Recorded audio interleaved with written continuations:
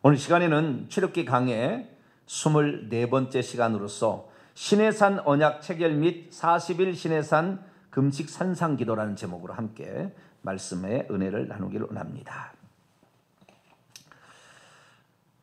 이스라엘 민족의 역사는 전무후무한 역사입니다. 이 세상 국가 가운데 하나님을 자기의 왕으로, 하나님을 자신의 주인으로, 지도자로서 섬긴 민족은 이스라엘 민족밖에 없어요. 그래서 이스라엘 민족을 어떤 국가라냐면 신정국가라고 합니다. 무슨 국가요? 신정국가. 신이 다스리는 국가다. 신이 정치하는 국가다 그 말이에요. 그래서 이 신정국가는 이스라엘 민족밖에 없어요. 신정국가 하다가 나중에 백성들이 우리도 이방인처럼 전쟁할 때 잘하려면 왕이 있어야 되겠습니다 해서 왕을 구해서 최초로 세운 왕이 사울왕입니다. 두 번째 왕이 다윗왕, 세 번째 왕이 솔로몬이고 그 다음에 분열왕국이 되어버렸어요. 그래서 이 세 사람 통일왕국의 세 사람이 통일왕국이었는데 그 왕이 있기 전까지 이스라엘 민족은 하나님에 의해서 다스려지는 신정국가를 표방했죠. 그러니까 하나님께서 이 세상 민족 가운데 한 민족을 당신이 다스리는 샘플로 취한 민족이 이스라엘 민족. 그래서 이스라엘 민족을 선민이라, 선택된 민족이라 이렇게 얘기를 하죠. 그 선민의 역사는 언제 시작이 되었느냐? 예표는 아브라함 때부터 시작이 되어서 족장으로 이어졌지만 민족적으로 국가를 성성하는 것은 이스라엘 민족이 가나안 땅에 들어가서 비로소 영토, 주권, 국민 이 세 가지가 조직 체계를 갖추게 될 때 결국에 국가라는 것을 이루게 되죠. 그래서 이 아직 영토를 차지하기 전에 가나안 땅을 들어가기 전에 주권을 바로 세우고 그 국민이 어떤 국민인지를 만들어가는 과정이 출애굽기. 나중에 영토를 차지하는 것이 여호수아서가 되겠습니다. 그래서 지금 우리가 출애굽기를 공부하고 있는데 오늘 24장은 출애굽기서를 이 성경 출애굽기 책을 두 가지로 딱 나누게 되면 1장부터 24장 18절까지 1장부터 24장까지가 한 파트고 그 다음에 25장부터 40장까지가 두 번째 파트입니다. 이 첫 번째 파트 1장부터 24장까지는 또 두 개로 나누는데 1장부터 12장 36절까지가 출애굽 준비 과정 12장 37절부터 24장 18절까지가 출애굽 후에 여정을 기록하고 있는데 그 여정의 핵심은 시내산에 하나님께서 시내산에 나타나서 이스라엘 민족에게 십계명을 주시고 시민법이라고 하는 이 재판하는 법을 가르쳐주는 그리고 절기법, 의식법을 가르쳐주는 요 찰나예요. 그래서 이 십계명법이 출애굽 20장 나오고 그리고 그 다음에 재판법과 의식법이 21, 22, 23장에 걸쳐서 우리가 배웠습니다. 오늘은 이제 24장에 들어왔는데 24장은 하나님께서 이스라엘 민족을 애굽에서 구출해서 이제 너와 나하고 협약을 하자, 계약을 맺자, 협정을 맺자라는 협정식을 하기 위하여 하나님께서 모세와 그 다음에 아론의 아들인 나답과 아비후 그리고 70명의 장로를 이 대표자로 불러내어 가지고 드디어 이스라엘 민족과 하나님이 언약을 맺고 이제 신정 국가를 만들기 위한 왕으로서 하나님이 그들 위에 다스리는 왕으로서 그 역할을 감당하고 너희들은 나를 따르기만 한다면 내가 세상 나라에서 최고의 나라를 너를 만들어 주겠다라고 약속하는 그래서 언약 백성이 되고 언약을 체결하는 장면이 바로 출애굽기 24장입니다. 그러니까 출애굽기 24장은 출애굽기 1장부터 23장까지의 과정의 결론, 1차적인 결론이라고 볼 수가 있겠죠. 그래서 오늘 이제 출애굽기 24장을 공부하게 될 거고요. 25장부터 40장까지는 그 이스라엘 민족이 그렇게 살아야 되는데 잘못 살았을 때에 그 죄를 용서받아야 되잖아요. 용서받을 수 있는 장소를 마련하는 것이 이것이 성막이에요. 그리고 용서를 받을 수 있는 방법을 제시한 것이 제사법인데 이 제사법은 레위기에 가서 나옵니다. 레위기에서 이 제사 제사장법, 제사법, 성결법 이런 게 음식법 이런 게 나오는 것이고요. 출애굽기에서는 성막의 제도, 어떻게 성막을 지을 것이냐는 성막의 제도가 24장부터 31장까지 나오고, 잠깐 중간으로 32, 33, 34는 이스라엘 민족이 우상숭배로 말미암아 하나님께 징계를 받는 장면이고, 35장부터 40장까지는 실제로 성막을 건축하는 장면이 이렇게 나오고 있습니다. 오늘은 이제 이 그동안에 하나님께서 이스라엘 민족을 애굽에서 구출해서 시내산 아래까지 진을 치게 한 다음에 대표자인 중개자인 모세를 불러내서 이스라엘 민족과 협약을 체결할 거니까 너는 준비해라. 그래서 어떻게 그 협약식을 맺을 것인가에 관하여 모세에게 가르쳐주고, 뿐만 아니라 영원토록 우리가 지켜야 될 하나님과 인간 사이에, 또는 인간과 인간 사이에 영원토록 지켜야 될 그 도덕법인 십계명을 아예 돌판에 써서 너에게 줄 테니까, 재판법은 써서 주지 않아요. 의식법도 써서 주지 않아요. 이건 임시법이니까.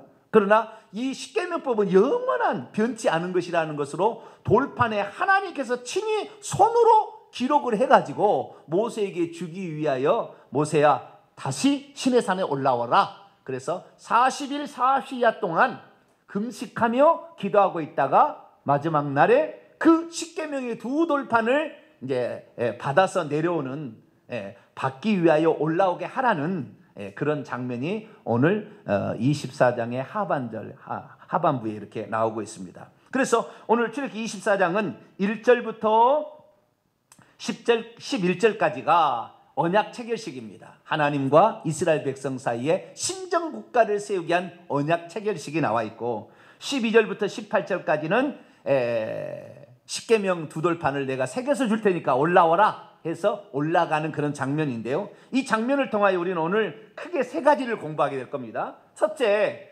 언약이라는 걸 배울 거예요. 뭐예요? 언약. 언약과 새 언약을 배울 겁니다.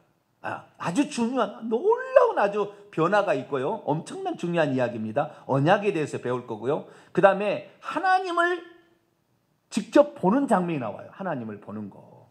그래서 하나님을 볼 수 있는가? 이 장면을 통하여 하나님이 한 분인가, 세 분인가, 삼위인가, 이런 것을 우리가 또 다시 한번 확인할 수 있고요. 세 번째는 하나님께서 붙여준 사람들, 모세와 모세의 주변에 있던 사람들의 그 동역의 관계, 주의 종을 세울 때 동역자들이 어떻게 그 역할을 감당하는 것인가, 그래서 이 동역의 관계를 통한 하나님의 축복이 무엇인가, 이 부분에 관하여서도 함께 말씀을 나누기를 원합니다. 그래서 크게 세 파트로 오늘 공부를 하게 될 겁니다. 먼저 언약 체결식을 보도록 하는데요.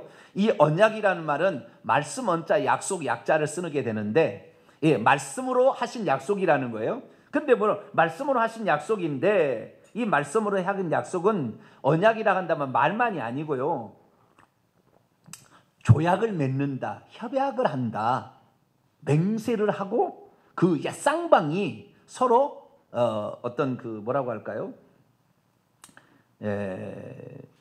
협약, 이런 것을 맺는 것을 이제 가르치는 겁니다. 그래서 이 협약을 맺게 되는데, 이 베리트라는 것인데요. 이것이 이제 동맹을 맺고 계약을 맺고 조약을 맺고 협정을 맺는다는 그런 뜻입니다. 그래서 언약이라는 게 말만이 아니라는 걸 알아야 돼요. 말로 하는 게 아니고 어떤 협정을 맺는다는 말인데, 하나님께서는 말씀하시는 하나님이니까 언약이라고 표현했을 뿐이지, 이 단어 헬라어로서는 디아데케라고 하는데요. 이것은 조약을 맺는 거예요. 협정을 맺는 것을 가리키는 것입니다. 아시겠죠? 그래서 이 협정을 어떻게 맺었는데 이스라엘 민족은 이 협정이 결국에 실패합니다. 이 언약을 파기합니다. 이스라엘 민족이. 그래서 하나님께서 새 언약을 세울 수밖에 없었고, 그 새 언약의 교회는 새 언약의 사람들입니다. 그래서 새 언약은 또 무엇인가? 이 부분까지도 깊이 들어가고자 합니다. 자, 그럼 24장 1절부터 한번 보도록 하죠. 또 모세에게 이르시되 너는 아론과 그리고가 붙었어요. 너는 아론과 그리고 나답과 아비후 이스라엘 장로 70명과 함께 여호와께로 올라와 멀리서 경배하고, 너 모세만 여호와께 가까이 나오고 그들은 가까이 나오지 말며 백성은 너와 함께 올라오지 말지니라. 모세가 와서 여호와의 모든 말씀과 그의 모든 율례를 백성에게 전했어요. 그들이 한 목소리로 응답하여 이르되 여호와께서 말씀하신 모든 것을 우리가 준행하리이다. 자, 여기서 보세요. 하나님께서 이제 언약을 체결하기 위해서 이 이스라엘 민족과 하나님 사이에 지켜야 될 그 윤리, 도덕을 십계명으로 얘기하셨고, 백성 사이에 일어난 모든 일들은 재판법으로, 심의법으로 얘기를 하셨고, 하나님과 어떤 관계를 유지하기 위해서 의식적으로 해야 될 절기법에 관해서 얘기를 해주었거든요. 그런데 이 모든 것들을 이제 너가 이렇게 지켜야 내 백성이 되고, 내 백성이 되면 내가 책임질 거 아니냐는 거죠. 그렇죠. 그래서 이스라엘 민족은 그동안에 바로의 왕의 밑에서 살아왔어요. 그래서 바로가 주는 음식이나 먹고 살아왔는데, 이제 하나님이 주신 음식과 하나님이 주신 보호 아래 들어오려면 너와 나는 언약을 맺자는, 언약을, 약속을, 조약을 체결하자는 거예요. 그래서 하나님께서 이 이스라엘의 대표자인 모세를 비롯한 아론, 나답과 아비후, 아론의 첫째 아들, 둘째 아들입니다. 그 다음에 이스라엘의 장로 70명, 이 군중들의 대표자들이요, 이들을 데리고 이 시내산으로 올라오라 이렇게 얘기합니다. 그러니까 이들은 시내산의 중턱에 올라가 있는 것이고, 모세는 더 가까이 나와서 내 말을 들으라 라고 얘기를 했습니다. 그러니까 이 모세는 저 시내산 꼭대기에 올라가서 하나님의 말씀을 듣는 것이고, 중턱에서는 이 중간 관리자들이 이제 있는 것이고, 요 밑에 아래 시내산 아래는 백성이 진을 치고 있는데 가까이 나오지 마라 그랬어요. 백성들 가까이 나오지 마라. 이렇게 해서 하나님께서 이제 구별하여 하나님께 쓰시고 있는 종들에 관하여 말씀을 하고 있습니다. 그때 이 모세가 그 하나님의 말씀을 듣고 백성들에게 와서 여호와의 말씀과 모든 율례를 하나님 이렇게 말씀하셨다. 그랬더니 백성들이 한 목소리로 뭐라고 그랬냐면, 여호와께서 하신 모든 말씀을 우리가 다 지켜 행하겠습니다 라고 얘기했어요. 그랬더니 말로만 하면 안 되는 거예요. 말로만 하면 어떻게 해요? 언제 말했냐고 시건해 버린다잖아. 시건. 말을 먹어버려. 그러니까 반드시 도장을 받아놔야 돼요. 남편과 아내 사이에도 여보 내가 죽으면 내 재산 당신에게 줄게. 그러고는 안 줘버려. 그럼 돼요 안 돼요? 말로 하는 것은 이건 언제 그랬냐 그런다고 말이에요. 아시겠죠? 지금은 그래도 좋은 시대예요. 핸드폰 있어가지고 말로 할 때 탁 녹음을 시켜서 말하세요. 네, 좋아요. 자, 지금부터 말하세요. 그리고 이 녹화를 하든지 사진을 찍든지 음성을 녹음해 놓으면은 법적인 효력이 있다 그 말이에요. 몰래 녹화하지 않고. 자, 말하세요. 예, 좋아요. 당신 나에게 이렇게 해주겠다는 거 약속을 자 하라. 이렇게 하면 좋은데, 옛날에는 녹음기가 있었어요? 그게 없었다 그 말이에요. 그래서 하나님께서는 그렇게 하지 마라. 지금부터 언약식을 체결하겠다. 이것을 통하여 너희들과 나가 당사자로서 언약을 체결하는데, 이 언약이 얼마나 신실하게 지켜질 것인가, 그것을 확실히 보증하자. 만약에 이것을 깨뜨리게 된다고 한다면 너희들은 죽음을 각오해야 될 것이다. 이렇게 얘기하면서 하나님께서 언약식을 체결해요. 자, 그래서 언약식을 체결합니다. 이제 4절부터 이제 어떻게 언약식을 체결하느냐. 첫째, 모세가 여호와의 모든 말씀을 기록하고, 그 모든 말씀을 기록하는 것은 십계명 말고 나머지 재판법과 이 의식법 있잖아요. 그 말씀 21장, 22장, 23장, 21에서 23장까지 말씀을, 하나님 하신 말씀을 다 기록을 했습니다. 기록하고 이른 아침에 일어났습니다. 그리고 산 아래에 제단을 만들었습니다. 제단을 쌓았어요. 이스라엘 12지파대로 12기둥을 거기다 세웠습니다. 12기둥. 그 다음에 이스라엘 청년들을 보내어서 여호와께 번제와 화목제를 드리겠어요. 번제와 화목제. 서로 번제와 화목제를 그 앞에 드리겠습니다. 그때 이 번제와 화목제로 드린 그 소의 피를 반은 양푼에다 담고 반은 제단에다 뿌렸습니다. 그 양푼에 담은 것은 나중에 백성에게 뿌리려고 그러는 거예요. 백성에게. 제단에다가 뿌리고 하나님께 뿌렸다는 것이고요. 그 다음에 너에게, 이스라엘 백성이도 뿌리는 거예요. 그래서 피를 뿌릴 때, 이 피를 맞을 때 어떻게 되는 거예요? 우리가 만약에 이 언약을 깨트리면 피의 보복이 있을 것이다라는 이 확실한 것을 하려고 하나님께서 양푼에다가 피를 절반을 담은 거예요. 그러니까 이 이스라엘 민족이 겁도 없이 이 얘기를 듣고요, 우리가 이래가지고 이스라엘 민족은 아작이 난 거예요. 네, 여러분 무엇이 잘 안 될 것 같으면 말을 어떻게 하라고 했어요? 잘 못할 것 같으면 어떻게 말을 하나님 이렇게 해야 된다 그 말이에요. 괜히 그냥 말로 그냥 이렇게 해가지고. 그런데 좌우지간 언약을 맺었으면 지켜야 되는 거예요. 어쨌든 언약을 맺으면 하나님께서 그들의 민족을 지도할 왕으로서 역할을 감당하시니까 좋은 건 좋은 거죠. 그래서 이 제단을 뿌리기 위해서 양푼에 제단을 절반을 뿌리고 양푼에다 담아가지고 있어요. 그리고는 7절에 언약서를 취하여 가져다가 백성에게 낭독했습니다. 이 언약서는 사실 십계명을 확장하는 겁니다. 십계명에 나와 있는 것을 어떻게 삶 속에서 실천한 것인가, 이것이 21장에서 23장이지 않습니까? 그래서 이 21장, 23장에 나와 있는 이 모든 말씀, 자 다시 21장을 한번 넘어가 볼까요? 21장, 이 종의 규례가 있었지 않습니까? 21장 1절에서 11절까지 종은 어떻게 할 거냐, 종. 그 다음에 12절부터 보면은 사형죄에 해당하는 것, 살인하는 자는 돌로 쳐 죽이고, 15절에 아버지나 어머니를 치는 자는 반드시 이 부모에게 불의한 자들도 죽여라 이렇게 했고, 그 다음에 이 16절에 보니까 인신매매하는 자들, 유기하는 자들 반드시 죽이라. 17절에 부모를 공경하지 않는 죽이라 이렇게 돼 있잖아요.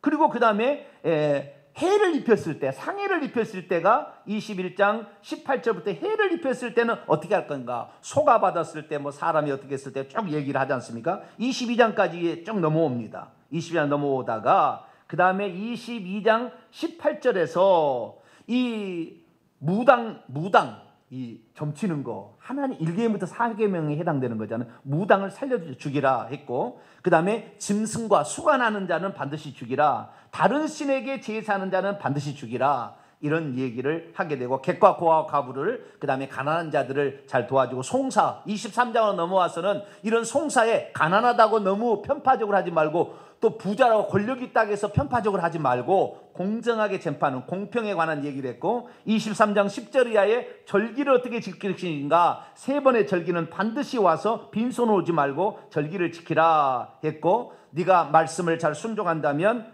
23장 25절 양식과 물의 복을 내리고 내 질병을 너의 삶에서 질병을 제거할 것이며, 낙태하는 자나 또는 임신하지 못한 자가 없게 하고 날수를 채우겠다, 이런 말씀을 했고, 장차 너희들이 들어갈 땅은 이것이다 라고까지 약속한 것이 21장 23장까지 내용이에요. 이 모든 것을 그대로 다 읽어줬다 그 말이에요. 읽어주고 듣게 하니 그들이 이르되, 또 말합니다, 여호와의 모든 말씀을 우리가 준행하리이다 이렇게 했어요. 그랬더니 양푼에다가 지금 절반 받은 피가 있잖아요. 그것을 8절, 모세가 그 피를 가지고 백성에게 뿌렸어요. 이 피를 맞고 있는 백성들 얼마나 깜짝 놀랐을까 한번 생각해 보세요. 이 피를 맞고 있는 백성들 얼마나 놀랐을까요? 그리고 이는 여호와께서 이 모든 말씀에 대하여 너희와 세우신 언약의 피다, 약속의 피다. 그러니까 이 피를 뿌림으로 말미암아, 피는 일종의 하나님과 우리 사이에 나가지 못할 때 거룩하신 하나님과 나가기 전에 하나님의 화해 제물로서 우리 피를 뿌리기도 하잖아요. 그 다음에 우리를 깨끗게 한다는 의미로서 피를 뿌리기도 합니다. 그런데 여기에서 이 피를 뿌린 것은 너와 나 사이에 확실하게 이 언약을 맺는다는 증표로서 피를 뿌린 거예요. 그럼 이 증표로서 피를 뿌렸다는 것은, 만약에 네가, 하나님은 안 지킬 리가 없죠, 네 이스라엘 민족이 내게 언약을 맺은 것을 지키지 않겠다면 피로써 너를 보복하겠다라는 하나님의 엄중한 경고가 들려있는 것이죠. 이스라엘 민족은 사실 이때 별 의미 없이 하나님이 우리를 인도한다니까 좋습니다라고 했을 것 같아요. 그런데 이것이 얼마나 큰 하나님의 진노를 가져오게 하는 것인지를 몰랐을 거예요. 차라리 이스라엘 민족이 그때, 하나님, 우리는 하나님 말씀을 잘 지켜 행할 만한 능력도 안 되고 우리는 워낙 타락한 죄인이기 때문에 하나님 말씀대로 살 수가 없으니까 자비를 베풀어 주세요, 긍휼을 베풀어 주세요, 막 이렇게 했어야 될 것 같은데, 이 이스라엘 민족은 너희들이 이 말씀을 하나님이 하셨다, 모세가 그러니까 그 말씀 우리가 지켜야죠, 막 이렇게 지키도 못하면서 말이죠. 그래서 하나님은 새 언약을 맺을 수밖에 없었어요. 왜? 이스라엘 민족이 이 말씀대로 살았냐 그 말이에요. 우상 숭배하지 않고 살았냐, 거르반 자기 부모를 공경하기 싫어서 하나님께 드렸다 하면 부모님을 공경하지 않아도 된다 하면서 그 나쁜 법을 만들어서 살았던 이 나쁜 것들 말이죠. 다른 여자하고 결혼하기 위해서 이혼 서류를 써주고 이혼하는 이 나쁜 놈들 말이죠. 예수님이 와서 책망을 하잖아요. 처음부터 하나님, 저는 부족합니다. 우리는 하나님 말씀을 다 지켜야 할 만한 능력이 없습니다. 우리의 허물을 늘 덮어주시고 우리가 좀 잘못하면 징계를 하시긴 하시지만 우리가 바른 길로 갈 수 있도록 더 인도하여 주옵소서. 막 이렇게 했어야 되는데 이들은 모르고 그냥 언약을 맺어버렸어요. 이것이 바로 계약 체결입니다. 계약 체결. 그런데 그때 당시에는 이스라엘 민족이 장차 자기들이 잘할 줄 알고 그렇게 했겠죠. 또한 하나님께서도 그 민족이 그렇게 나오니까요, 어쩌면 고마운지도 몰라요. 왜? 하나님의 뜻이 이 땅에 펼칠 하나님의 동역자 같은 존재를 얻었으니까 하나님도 좋아했을 몰라요. 그 좋아했던 하나님과 그때의 그 조약 체결이 얼마나 행복했는지에 관하여 9절 10절을 좀 얘기하고 있는데요. 모세와 아론과 나답과 아비후와 이스라엘 장로 70, 모세와 아론과 나답과 아비후 이스라엘 장로 70인이 이제 산 위에 올라가서 이스라엘 하나님을 보았어요. 그의 발 아래는 청옥을 편듯하고 하늘같이 청명하더라. 하나님 이스라엘 자손들의 존귀한 자들에게 손을 대지 아니하, 그날은 손을 대지 아니하고 그들이 하나님을 보고 먹고 마셨어요. 잔치를 펼쳤다는 겁니다. 이 부분에 관해 좀 이따 얘기하고요. 좌우지간 하나님과 이스라엘 백성 사이에 조약을 체결한 것입니다. 그런데 이스라엘 민족이 이것들을 지켰습니까? 이들은 못 지킨 거예요. 이들은 못 지킨 것입니다. 우상 숭배했어요. 십계명을 어겼습니다. 재판을 굽게 했습니다. 잘못 살았습니다. 절기도 잘 안 지켰습니다. 유월절 몇 번 안 지켰어요. 이스라엘 민족이 유월절을 몇 번 안 지켰어요. 절기 그렇게 안 지켰어요. 그래서 결국에 이 계약은 파괴되고 맙니다. 그래서 하나님께서 이스라엘 민족을 싹 죽이게 생겼거든요. 왜? 계약을 파괴했으니까. 너도 짐승처럼 죽임을 당할 거이다라고 했는 거 아니에요? 그래서 이스라엘 민족이 다 죽게 생겼어요. 그래서 하나님께서는 아니 되겠다, 이렇게 해가지고는 안 되겠다라고 싶어서 새 언약을 체결하겠다고 약속하실 수밖에 없었다고요. 왜? 그들을 살려내야 되니까. 자, 예레미야 31장 구약 성경입니다. 예레미야 31장. 그들이 망하기 직전에 약속을 합니다. 예레미야 31장 31절 34절까지 이스라엘 민족을 완전히 없애기 전에, 망하기 직전에 다시 새 언약을 약속을 해줍니다. 새 언약을. 왜? 아무도 하나님의 말씀대로 다 준행할 자가 없거든요. 네. 자, 31절입니다. 여호와의 말씀이니라. 보라, 날이 이르리니 내가 이스라엘 집과 유다 집에 새 언약을, 새로운 베리트, 약속을, 협정을 맺게 되리라. 이 언약은 내가 그들의 조상들의 손을 잡고 애굽 땅에서 인도하여 내던 날에 맺은 것과 같이 아니야. 요때 아까 출애굽기 24장에 이거 맺었거든요. 그러니까 같이 아니할 것은 내가 그들의 남편이 되었어도 그들이 내 언약을 깨뜨렸기 때문이라. 여호와의 말씀이니라. 그러나 그날 후에 내가 이스라엘 집과 맺을 새 언약은 이러하니 곧 내가 나의 법을 그들의 속에다가 두며. 자, 그전에 어떻게 했습니까? 십계명의 두 돌판과 언약서 책에다가 기록을 한 거예요. 아시겠죠? 십계명은 두 돌판에, 나머지는 책에다가 기록을 해가지고 기록을 했는데, 이제는 나의 법을 이런 외부적인 데다 주어서 그 율법책을 나중에 써놨지만 율법책을 요시야 왕이나 읽어봤지, 히스기야 왕이 읽어봤지, 다른 왕이 읽어보도 안 해요. 그냥 하나님의 법이 뭔지도 몰라. 그러니까 맨날 우상 숭배하고 살지. 그러니까 하나님께서 이제는 이 법을 밖에다 두게 되면 안 읽는다 이 말이에요. 그래서 너희의 속에 두며 그들의 마음에 기록하여 나는 그들의 하나님이 되고 그들은 내 백성이 될 것이라. 여호와의 말씀이니라. 그들이 다시는 각 이웃과 형제를 가르쳐 이르기를 너는 여호와를 알라 하지 아니하니 이는 작은 자부터 큰 자까지 다 나를 알기 때문이라. 내가 그들의 악행을 사하고 다시는 그 죄를 기억하지 아니하리라. 여호와의 말씀이라. 놀라운 것이 여기에 기록되어 있는데요, 주님께서 이 새 언약을 맺은 것은 어떻게 맺느냐, 이것이 나중에 실행에 옮겨지거든요. 그러면서 주님께서 이 예레미야 31장 31절에서 34절까지 하신 말씀을 지금 내가 이룬다고 말씀을 하셨어요. 예수님께서 오셔가지고, 하나님이 사람이 되어 오셔가지고 지금 이 언약을 체결한다라고 말씀하고 있는 거예요. 자, 누가복음 22장을 넘어갑니다.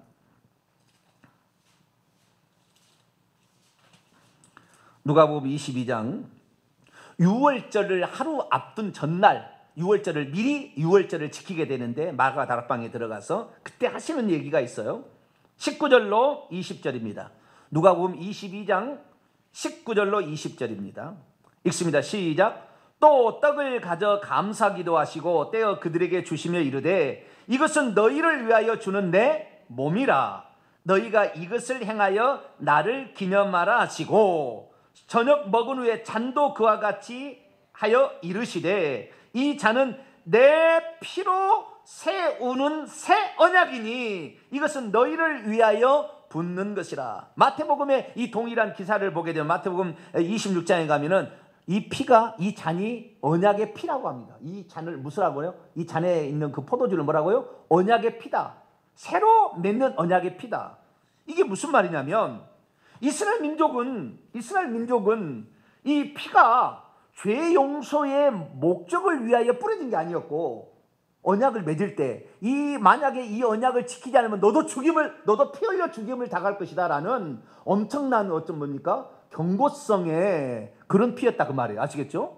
그런데 그렇게 해서 이스라엘 민족이 어겨서 이제 피 흘려 죽어야 된다 그 말이에요. 그런데 이스라엘 민족을 죽여버리면 누가 천국 가냐 이 말, 누가. 그래서 하나님께서는 천국 들어오게 하려면 이 죄를 이스라엘 민족이 돌리지 아니하고 하나님이 직접 사람이 되어 오셔가지고 자기가 피 흘려서 그 죄의 값을 담당하겠다라는 표시로서 이제 이스라엘 민족이 그때 어기면은 그 언약의 피를 뿌렸는데 이 피가 나에게 뿌려진다. 나에게. 이 피가 나에게 뿌려질 거니까 이제 이것은 그것을 예표하는 거다. 그래서 내가 너희들을 위하여 짐승이 대신 되어서 대신 죽어줌으로 말미암아 너희들의 율법을 어기는 것에 대하여 너희들이 처벌받지 아니하고 살 수 있는 방법을 내가 마련하게 되겠다. 그래서 성찬식은 새 언약의, 신의 산 새 언약의 현장이에요. 유월절을 중요하게 여기고 새 언약을 중요하게 여기는 하나님의 교회라는 데는 이 새 언약을 이상하게 풀어가요. 이상하게. 그럼 나중에 제가 얘기를 또 하겠습니다. 그것은 이상하게 풀어가는데, 이 성경적인 견해는 뭐냐면 이스라엘 민족이 그것을 만약에 지키지 않으면 자기가 죽임을 당해야 되는데, 하나님께서 죽여버릴 수 없으니까, 이스라엘 민족을 죽여버릴 수 없으니까 당신이 오셔가지고 대신 벌을 받았으니까 너희는 안 받을 수 있는 방법을 내가 만들어줄게 라고 하면서 예수님이 오셔서 새 언약을 제자들과 함께 체결하기 시작한 거예요. 아시겠죠? 새 언약을 체결하면서, 그리고 예수님께서 직접 십자가에서 죽임을 당하심으로 이스라엘 민족이 율법을 어겨서 받을 그 진노를 예수님이 다 당하셨어요.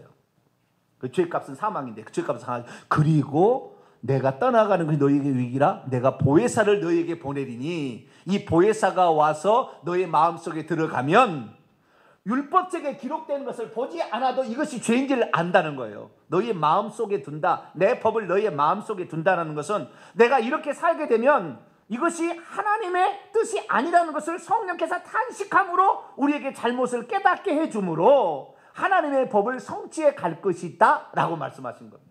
이것이 새 언약의 예레미야 31장에 나오는 새 언약입니다. 그래서 예수 그리스도의 피와 그 다음에 예수 그리스도의 피로 말미암아 이루어진 그 역사적 사실을 성령께서 오셔서 그의 마음속에 들어가셔서 그 마음속에서 이미 너의 죄는 이미 예수 그리스도께서 담당하셨지만 네가 그 성령께서 깨닫게 하실 때 빨리 죄를 회개하고 죄와 싸워서 죄를 이어나가서 예수 그리스도의 믿음과 회개를 가지고 있다고 한다면 너희들도 새 언약 안에 들어와 있어서 저주받지 아니하고 약속의 땅, 지금 24장에서 이루어지지 않은 것은 주권과 국민은 있으나 영토를 아직 안 받았잖아요. 나라가 형성되려면, 신정국가가 형성되려면 나라는 가나안 땅을 차지해야 되는데, 너희들이 이 땅에서 예수 그리스도를 믿으면 하나님은 아버지가 되고 너희는 그의 백성이 되어서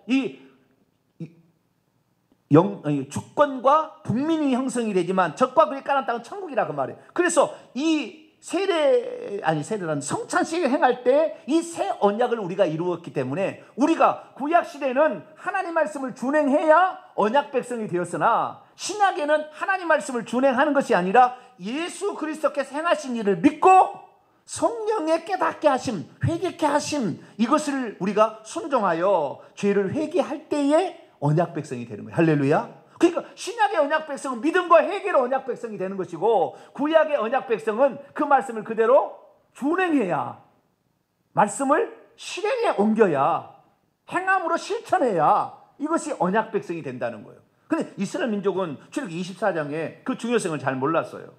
이걸 다 행할 수 없는 것을 미리 말씀을 드렸어야 되는데 그들은 언약 백성이 되게 한다는 것에 대해서 그냥 아멘 따라서 했단 말이에요. 그래서 결국에 하나님께서는 새 언약을 맺을 수밖에 없었다.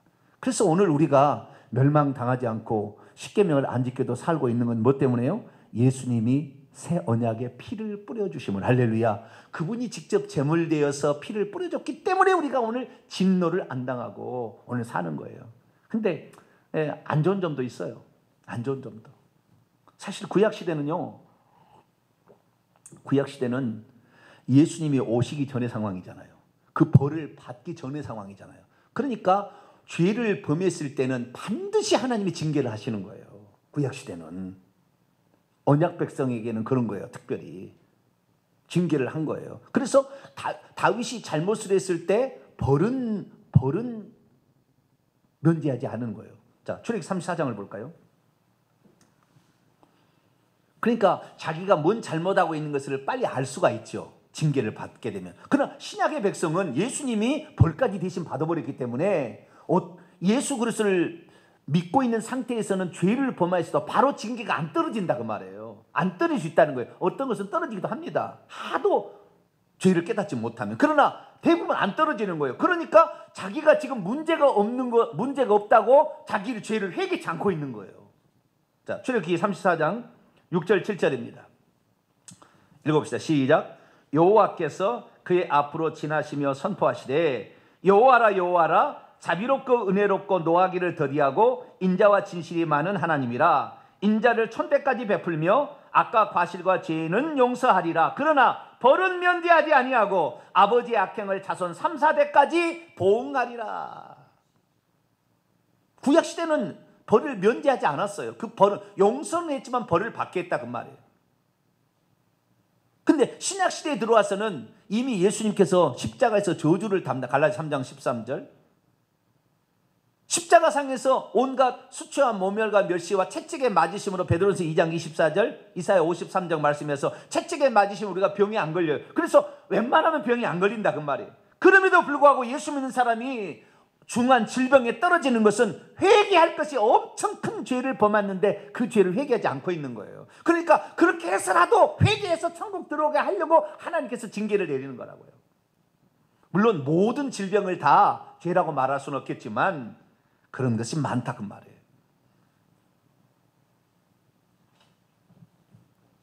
우리는 예수 그리스도 아니었으면 살아남을 자가 없었을 거예요. 내가 쪼개져서 죽임을 당해야 되는 거예요. 예수 그리스도 때문에 우리가 오늘 안전하게 사는 줄로 믿습니다. 자, 이것을 이 히브리서 기자가 적나라하게 얘기합니다. 히브리서 8장을 볼까요? 히브리서 8장.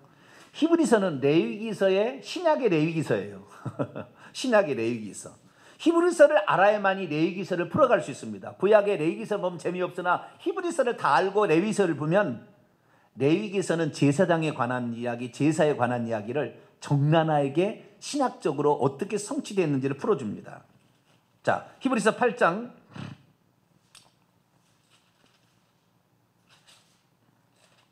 8절부터입니다. 8절부터 5절 보면 그들이 이스라엘 백성이 섬기는 것은 하늘에 있는 것의 모형과 그림자였어요. 모형과 그림자. 모세가 장막을 지리할 때 지시하심과 같아서 지었는데요. 첫 7절 첫 언약이 무마했더라면 둘째 것을 새 언약을 맺을 필요가 없는 거죠. 그들의 잘못을 지적하여 말씀하시되 주께서 이제 볼지라 날이 이르니 내가 이스라엘 집과 유다 집과 더불어 새 언약을 맺으리라. 이게 지금 예레미야 31장 31절 이하를 인용하고 있는 거예요.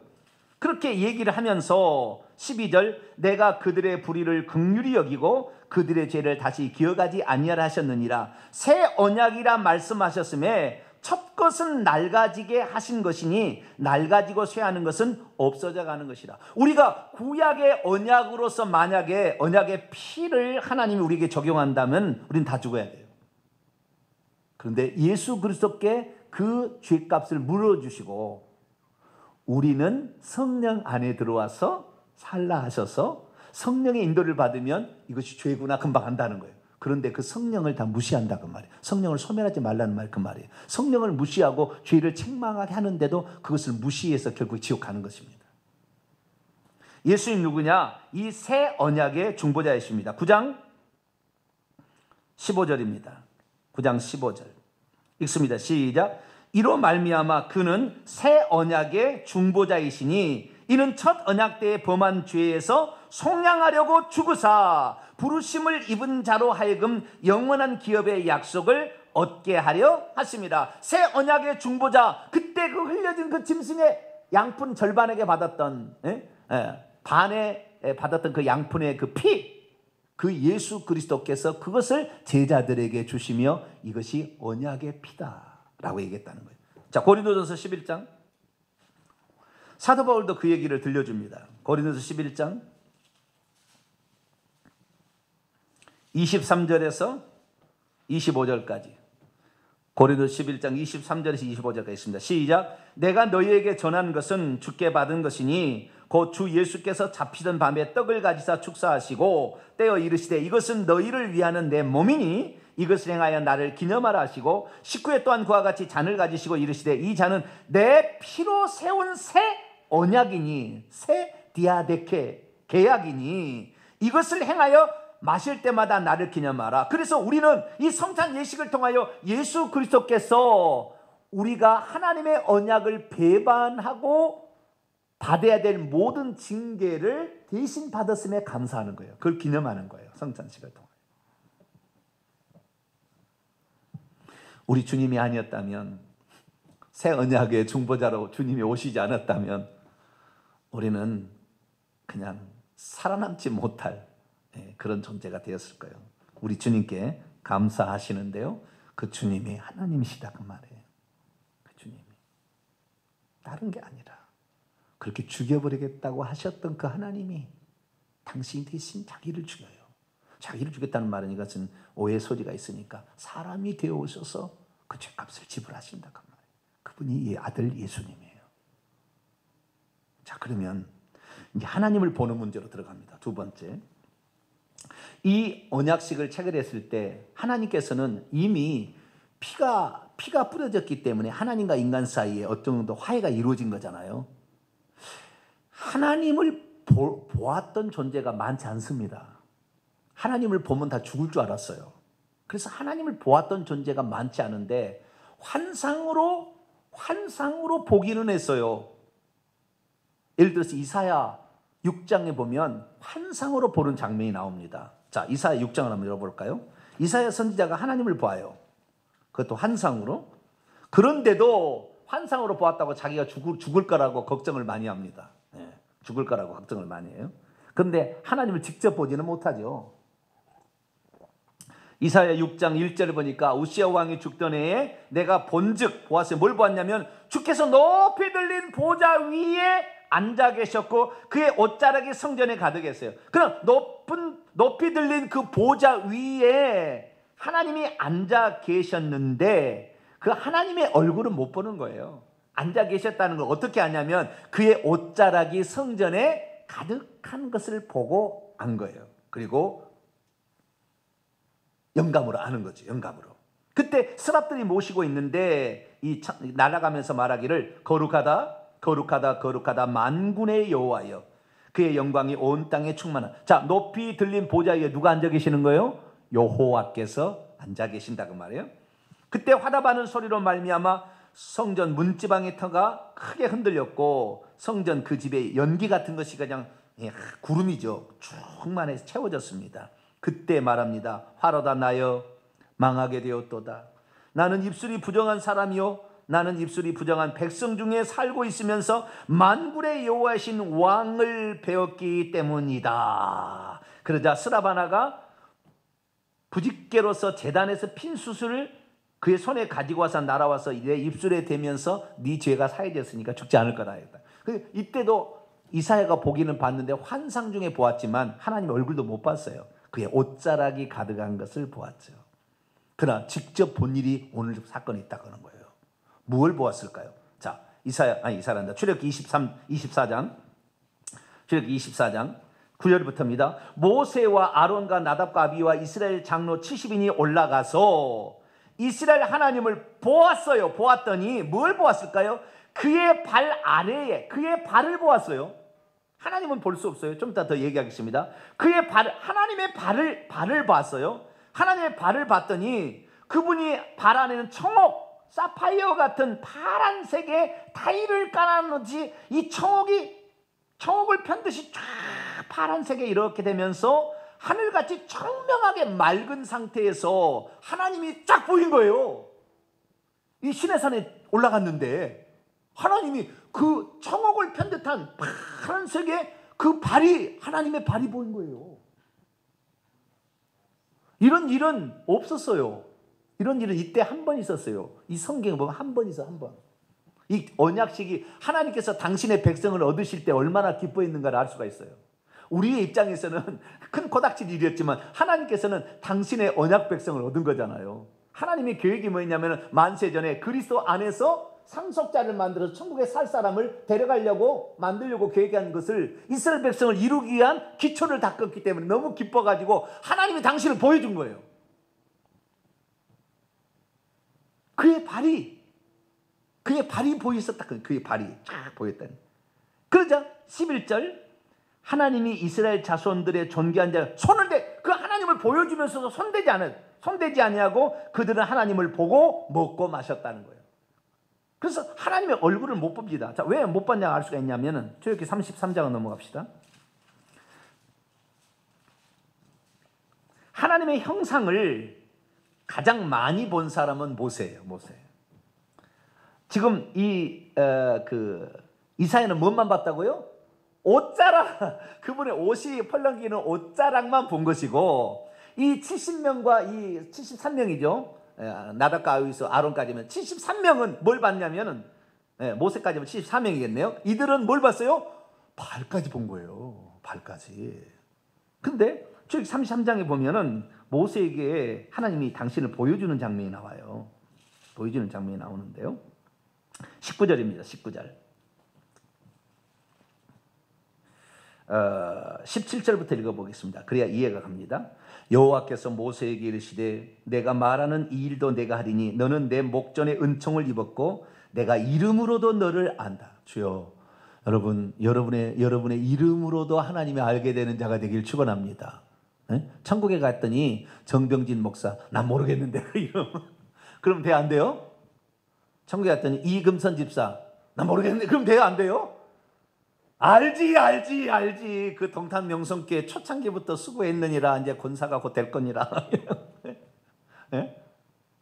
이름으로도 알고 모세가 이르되 원하건대 주의 영광을 내게 그러면 보여달라 그랬더니 여호와께서 이르시되 내가 내 모든 선한 것을 내 앞으로 지나가게 하고 여호와의 이름을 내 앞에 선포하리라. 나는 은혜 베풀 자에게는 은혜를 베풀고 긍휼히 여길 자에게는 긍휼을 베푸니라. 또 이르시되 너가 내 얼굴을 보지 못하리니 나를 보고 살 자가 없기 때문에 하나님의 얼굴은 볼 수가 없어요. 영광에 가득 쌓여 있어요. 여호와께서 또 이르시기를 보라 내 곁에 한 장소가 자리가 있으니 너는 그 바위 위에 반석 위에 서 있어라.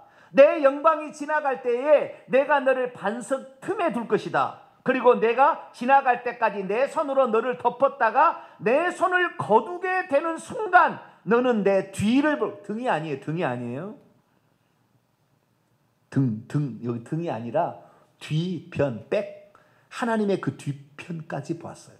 얼굴은 못 보고 하나님 뒤편에까지 본 사람이 누구예요? 모세. 볼 것이요 내 얼굴은 보지 못하리라. 지금 천국에 들어간 사람도 있는 지금 천국에 들어간 사람의 갔다 온 사람이 보좌에 앉아 계신 하나님을 뵙거든요. 얼굴을 못 봐요. 지금도 손과 발만 봅니다. 옷자락과 손과 발밖에 못 봐요. 근데 모세는 하나님의 그 뒤를 보았다 그 말이에요. 그 정도로 모세는 하나님 앞에 존귀하게 쓰임 받은 자인 거죠. 그런데 여기서 우리가 알아야 될 것은 그 보좌에 요한계시록 보면 누가 앉아 있느냐? 예수 그리스도께서 앉아 계신다. 하나님을 위격으로 나눠서 성부, 성자, 성령으로 아는 사람은 그 보좌에 여호와가 앉아 계시고 오른편 보좌에 예수님이 앉아 계시를 착각하는 거예요. 이것이 바로 삼위일체를 잘못 믿으면 삼신론으로 간다 그 말이에요. 천국에서는 하나님이 한 분이에요. 이 땅에 우리의 구원을 위해서 세 분으로 나타나신 거죠. 정확히 아셔야 되는데 오늘날 그것이 양태론 이단이라고 막 몰아가요. 얼마나 잘못된지 몰라요. 하나님은 그 보좌에 앉아 계시고 성경에 보면 그의 손이 많이 나와요. 내 손이 그의 발도 나옵니다. 그러나 그분의 얼굴은 볼 수가 없다. 그분은 홀로 한 분이신 만왕의 왕 스스로 계신 분, 나는 알파 오메가라는 거죠. 이사야 44장을 열어볼까요?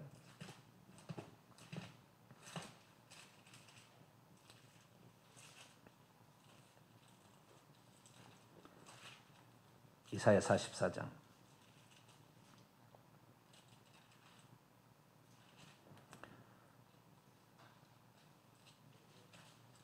6절입니다. 이사야 44장 6절 시작. 이스라엘의 왕인 여호와 이스라엘의 구원자인 만군의 여호와가 이같이 말하노라. 나는 처음이요 나는 마지막이라. 나 외에 다른 신이 없느니라. 그분이 어떻게 만들었는가 볼까요? 45장 12절 45장 12절 읽습니다. 시작. 내가 땅을 만들고 그 위에 사람을 창조하였으며 내가 내 손으로 하늘을 펴고 하늘의 모든 군대에게 명령하였노라. 그분이 46장 9절 봅니다. 46장 9절 읽습니다. 시작. 너희는 옛적 일을 기억하라. 나는 하나님이라. 나 외에 다른 이가 없느니라. 나는 하나님이라. 나 같은 이가 없느니라. 이렇게 얘기했잖아요. 나 외에 다른 이가 없고 나는 처음이요 마지막이라. 여기 나는 처음이요 마지막이라고 그랬잖아요. 요한계시록 1장을 봐봐요.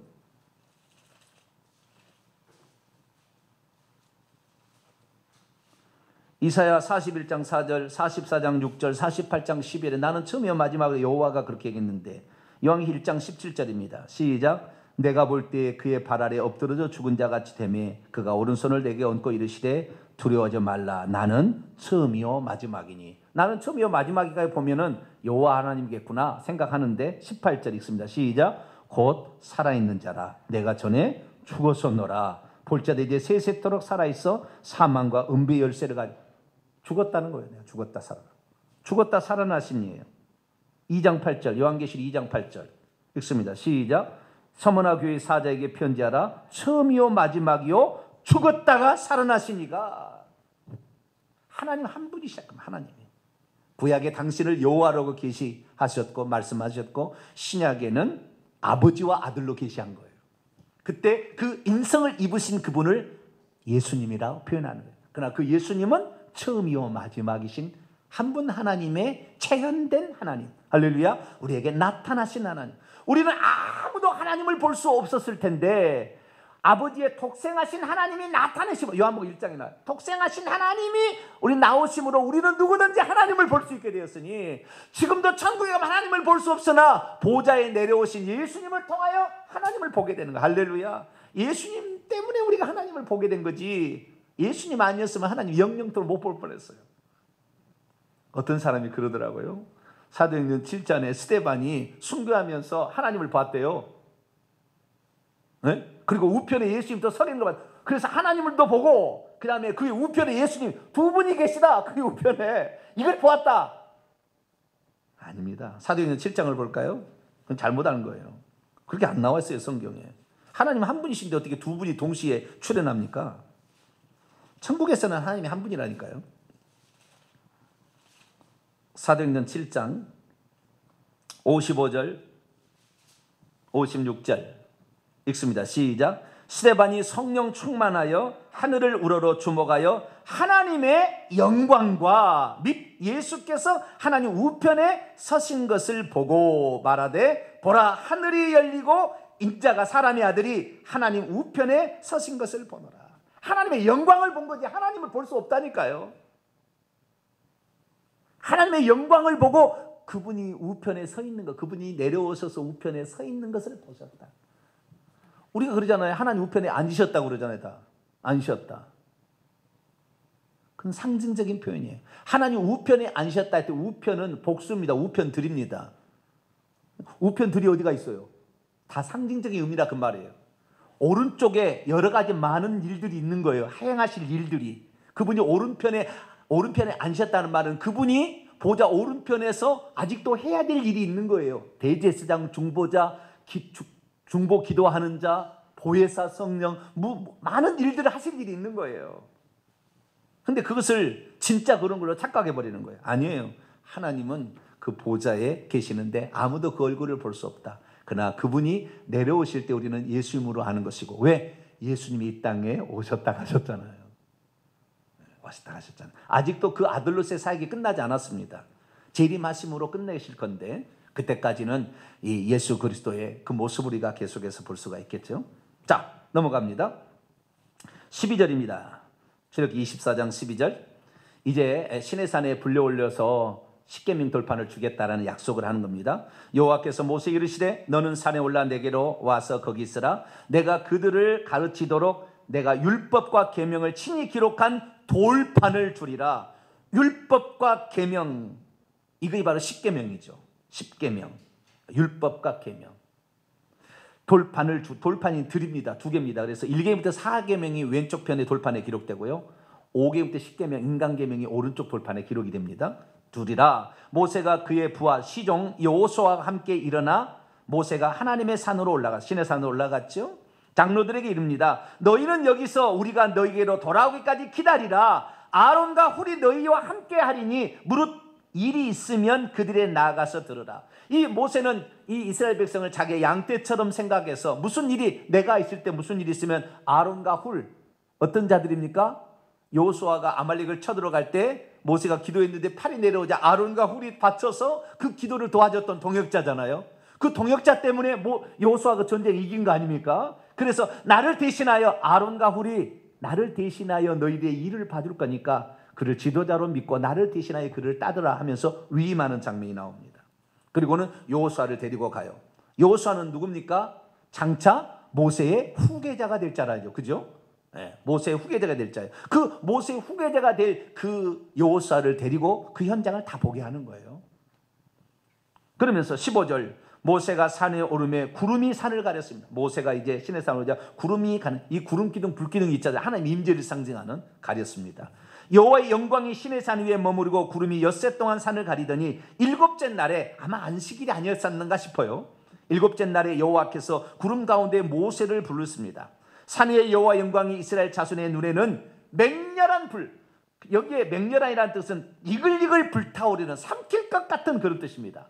그 산에 이글이글한 불처럼 하나님이 오셨을 때 하나님이 보좌에 계시지만 이 땅에 시내산 위에 강림할 때는 불처럼 나타난 거예요. 불처럼 보였고 모세는 구름 속으로 올라가서 산 위에 올랐으며 모세가 40일 40야를 산에 있으니라. 이때 40일 40야를 금식하며 물도 먹지 아니하고 떡도 먹지 아니했다고 나중에 모세가 출애굽 2세대들에게 신명기 9장 9절에 떡도 먹지 않고 물도 먹지 않고 40일 40야를 금식하며 기도하고 율법의 돌판을 받았다고 기록해 놓고 있어요. 그래서 40일 동안 모세가 금식 기도를 했습니다.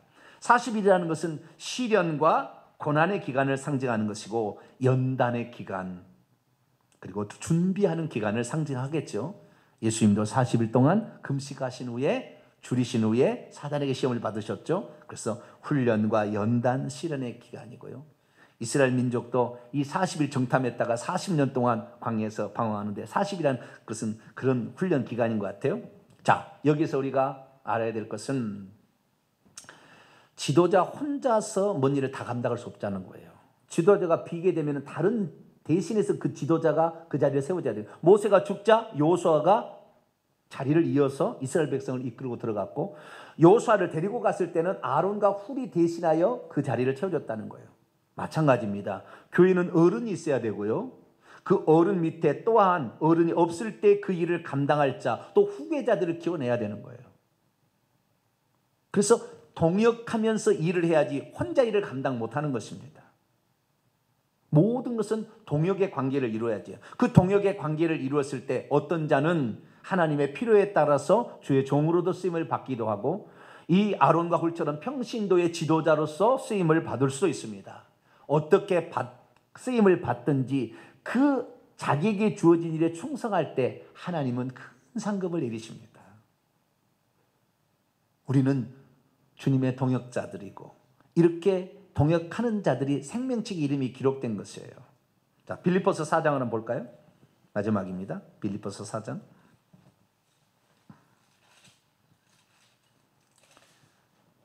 빌립보 교회의 동역자는 에바브로디도였죠. 에바브로디도. 그 교회의 성도들이 나옵니다. 2절부터 4절, 2절부터 3절. 빌립보서 4장 2절부터 3절 읽습니다. 시작. 내가 유오디아를 권하고 순두개를 권하노니 주 안에서 같은 마음을 품으라. 또 참으로 나와 멍에를 같이 한 데게 구하노니 복음에 나와 함께 힘쓰던 저 여인들을 돕고, 또한 글레멘드와 그 외에 나의 동역자들을 도우라. 그들의 이름들이 생명책에 있느니라. 우리가 하나님의 동역에서 일하는 사람들은 하나님의 생명책에 있어요. 자, 로마서 16장. 바울에게는 여러 동역자들이 붙어서 그 일을 감당했죠.